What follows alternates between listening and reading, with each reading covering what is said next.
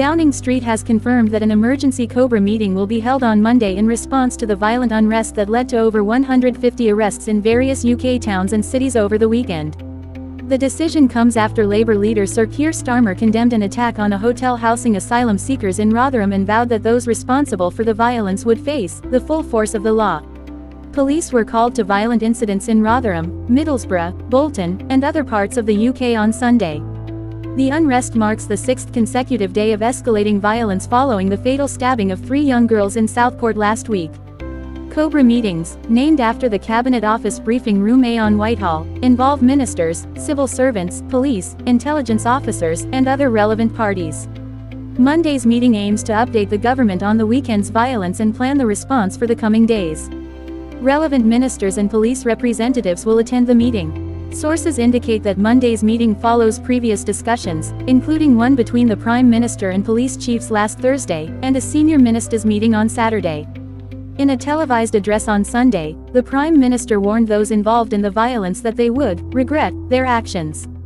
"People in this country have a right to be safe," he said. "We've seen Muslim communities targeted, attacks on mosques, other minority communities singled out, Nazi salutes in the street, attacks on the police, wanton violence alongside racist rhetoric. So no, I won't shy away from calling it what it is, far-right thuggery." The Home Office announced increased protections for mosques, allowing rapid security deployment to enable a swift return to worship.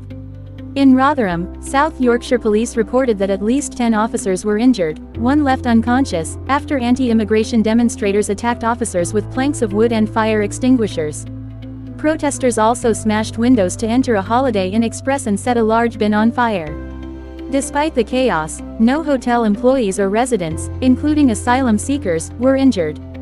Home Secretary Yvette Cooper described the scenes as utterly appalling, and assured that the police have government support to take the strongest action. Violence also erupted at a second hotel in Tamworth, Staffordshire, where officers dealt with violent acts of thuggery. 1 officer was injured as people threw missiles, smashed windows, and started fires. In Middlesbrough, rioters smashed the windows of houses and cars and hurled objects at officers. In Weymouth, Dorset, 600 people from opposing groups gathered on the seafront, leading to a small number of low-level incidents, and 1 arrest for a public order offense. In Bolton, anti-immigration protesters were confronted by a group of up to 300 masked people shouting, "Allahu Akbar." Greater Manchester Police issued a Section 60AA order requiring people to remove face coverings used to conceal their appearance. The weekend's violence follows similar unrest earlier in the week in Southport, Belfast, Hartlepool, Hull, Liverpool, Stoke-on-Trent, Nottingham, Sunderland, and other locations. Sir Keir Starmer suggested that the response to the current violence could mirror the approach taken during the 2011 riots when he was Director of Public Prosecutions. "We do have standing arrangements for law enforcement, which means that we can get arrests and convictions done very quickly," he said.